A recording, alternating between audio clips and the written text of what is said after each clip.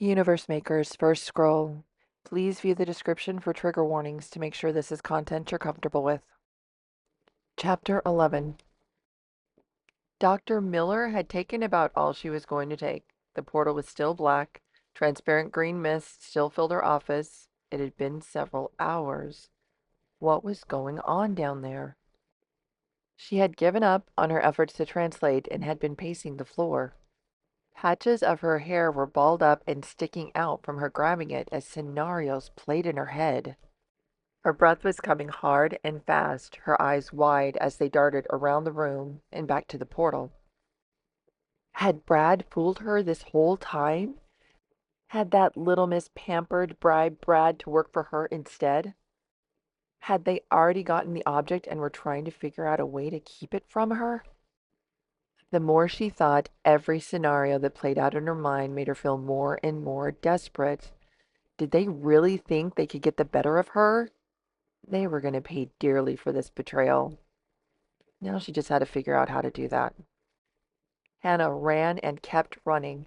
Her eyes moved from the object ahead to the left to make sure the animals kept ignoring them, back to the object, then to the right.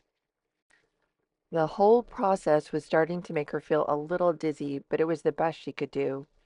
She'd rest, throw up if needed from her dizziness, and recuperate once she got home, which hopefully would be soon. After running for nearly an hour, the object was close. At least she hoped this time it was close and didn't just disappear again. Loud sounds erupted around her. The animals had become suddenly agitated. Had she started doing the wrong pattern? Hannah glanced to her right. The animals did look angry and were moving, but not toward her. They were moving in the opposite direction she was running. Something was happening behind them.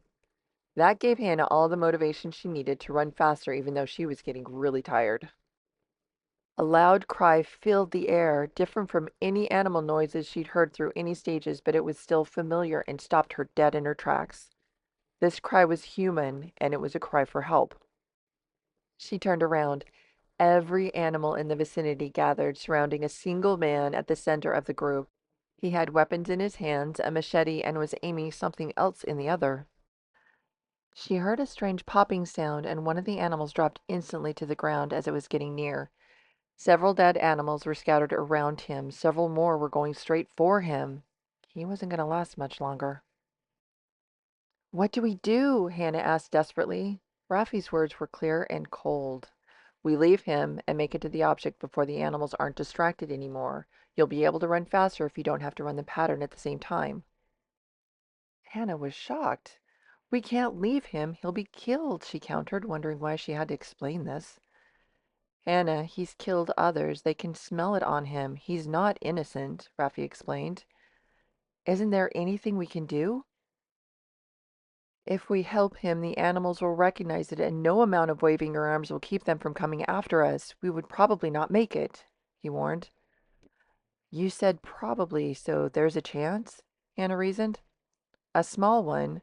Very, very small." What is it? She wanted to know and hoped she was brave enough to do it.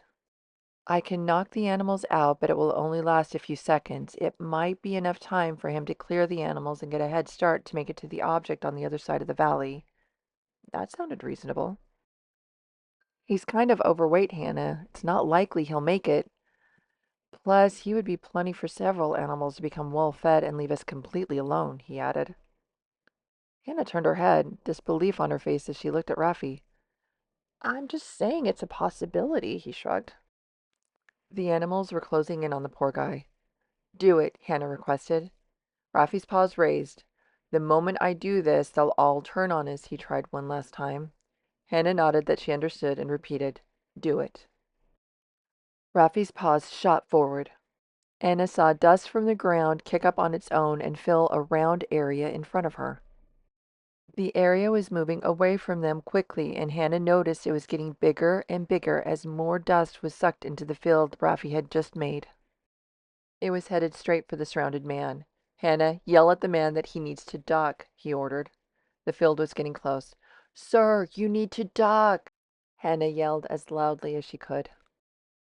The guy looked up, saw the field coming towards him, got a completely startled look on his face right before he hit the ground. The animals all surged for him at a show of weakness. The field had everything around him that next second, and they all dropped to the ground. Everything went silent. Hannah, he's going to need to run right now, Raffi reminded her. Oh, yeah, Hannah said. Sir, you need to run as fast as you can now, Hannah yelled again. The man's head popped up, looked around a minute in confusion, leapt to his feet, and ran in circles a couple of times, not sure what he was seeing. Hannah, he needs to move. They'll be waking up very soon, Raffi warned. Sir, they're going to wake up soon. You need to run this way quickly. Hannah decided to be a little more specific with the guy. The man finally looked at her and started to run toward them. When he was only feet outside the animal group, they started to stir. We can't wait for him, Hannah. Animals I didn't knock out will still smell the death of their families on him, and once the others have fully woken, they will share the message that we helped. For the first time, Raffi's words sounded scared. What had she done? Hannah nodded and started to run. Sir, you have to run as fast as you can to that object up ahead. It's the only way you'll be safe, she instructed while pointing toward their goal. Is there more than one, or are we going to have to touch it together? Hannah called back to Raffi. There's only one, Raffi confirmed. Hannah cursed. A screech sounded so loud it hurt Anna's ears and sent her heart racing. Animals came alert all around them and started forward. Hannah's arms started working the pattern again, but it only seemed to slow the animals slightly now. I told you it wouldn't work, Raffi's panicked words came to Hannah's mind. The sound made her legs work faster and faster. I'm sorry, Raffi, I think I really screwed up this time, she admitted at a full run. Hannah, duck, the order sounded. She did as asked immediately. One of the giant scorpion wolf tigers barreled over her as it had aimed for her head and toppled to the ground in front of them. It quickly spun around to its feet and leapt for them again. Raffi raised his paws, sent the energy field, and the animal dropped right in front of them. I'm only giving us a little time, but the more I do this, the worse it'll get, he warned again. Hannah hoped the guy was close, hoped he was even still alive since things weren't going well for them, and they had been much further away from the animals than he had. Hannah, roll to the left, came another order. Hold on tight, she called out, hopped and flipped to her left. Rolling wasn't an option with Raffi on her back, another skill she'd learned surviving city streets that came in handy. She hadn't been paying attention to her feet. Raffi steered them clear of a yellow pool of sticky concrete that would have trapped them both. She jumped back again when the huge spider descended and made a grab for them when it realized nothing was in its trap. Raffi's paws came out again. This time the energy went out from all around them, bringing so many animals down Hannah couldn't even count. We need to move, Raffi yelled. Hannah scrambled to her feet. The object was just ahead. She jumped over several animals who were already starting to stir. Please let the guy be close. Hannah reached for it. No, don't leave me here. The plea echoed in Hannah's ears, and she stilled. Her head turned to look over her shoulder. The man was blissfully close. A few more steps, and they'd both be safe. He reached out. Hannah turned and prepared to touch it the same time the man did. She saw the man's hand next to hers and reached. It disappeared again. What did you do? The man screamed. Hannah turned quickly toward him to explain. A sharp sting and hard impact on the side of her face nearly sent her to the ground. Had he hit her? Raffi hissed, and she felt him leap out of the sling and off her back. By the time she regained her balance and turned to them, Raffi was running toward the man, his teeth bared. Just beyond them, animals were awake and started to run at them. They didn't have time. Hannah leaped and grabbed Raffi with both hands. Angrily, he spun in her hands, and she barely noticed he was about to bite her when she tucked him into her shoulder and kept running, hoping his little teeth wouldn't hurt too bad when they sunk into her. No sting ever came. I'm no better off than you, sir, but you are still welcome to follow if you don't hit me again, she offered at a full run away from the approaching nightmare. Soon she heard footsteps behind her and knew he was with them. Hannah quickly scanned the area, hoping there was some way to survive the mess she'd made. The valley was completely surrounded by the same sheer cliffs they had to climb down in the first place. Even with Raffi's ledges, would it be possible to get out of their reach in time? Raffi, what do we do now? Hannah pleaded in her mind. I don't know. Hannah cursed, remembering Raffi had never been to this point before. No one had. There should be a path through, but I don't know where it is, was all he could offer.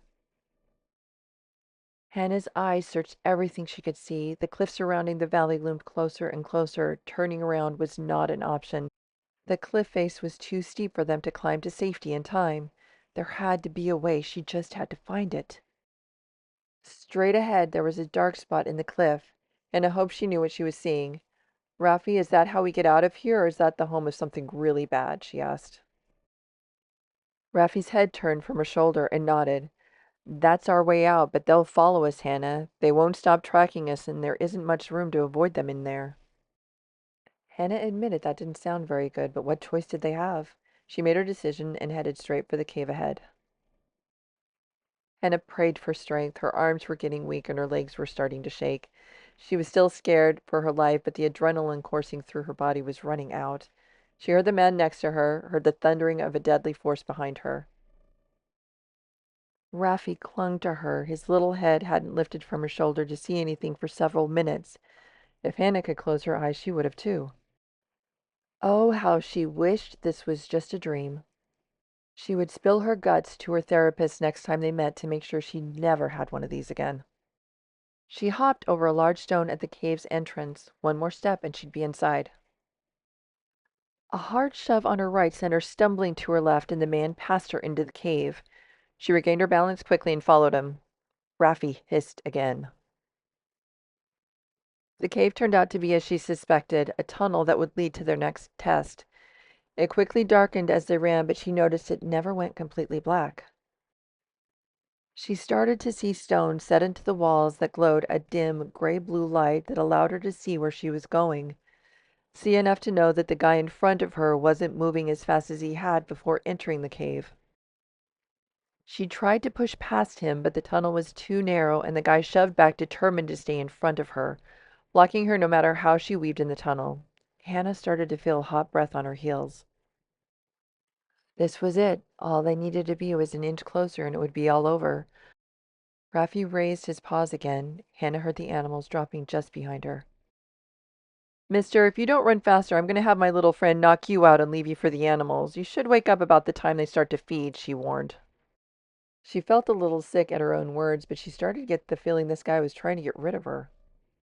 Her mind already started to put together a scenario where Dr. Miller told this guy what was at the end of the race, and now he wanted it for himself. She tried to use words that would override his greed. It worked. He picked up his pace significantly. She'd have to keep an eye on him if she survived past this tunnel. Hannah heard the animals awaken again. Each time they seemed to recover more quickly. Each time they seemed a lot angrier. Raffi had warned her. Why couldn't he have been wrong just this once? A noise erupted and echoed through the tunnel, as if all the animals started calling as loud as they could, all at the same time. The sound was deafening. The pain made Hannah's eyes water, but she couldn't cover her ears and still keep hold of Raffi. The man in front of her didn't have the same problem and covered his ears, bent over in pain at the same time. She took her chance, stepped up on a small crevice in the rock wall, and leaped over him to keep running. She heard the man curse, and quick, heavy footsteps sounded behind her at the same time. Moments later, the ground started moving on its own, really hard. Hannah tried to keep running, but the buckling ground got the better of her feet, and she stumbled. The motion threw her, and she felt Raffi bounce out of her arms. She grabbed for him, ignoring her own safety, and pulled him back to her tight. In the next instant, she realized she was about to fall on him and turned to take the impact on her left side. She hit rock hard. A sharp pain exploded from her arm, making her wince. Once she was down, she looked at Raffi, patted his head, and put gentle pressure on his chin to urge him to look up. His little face turned to hers, his eyes wide but focused. He was okay. She rolled up to sit and scooted back against the tunnel wall while everything still shook. Pieces of the ceiling broke loose and fell all around them. Hannah tucked her feet in as close as she could to avoid any more injuries.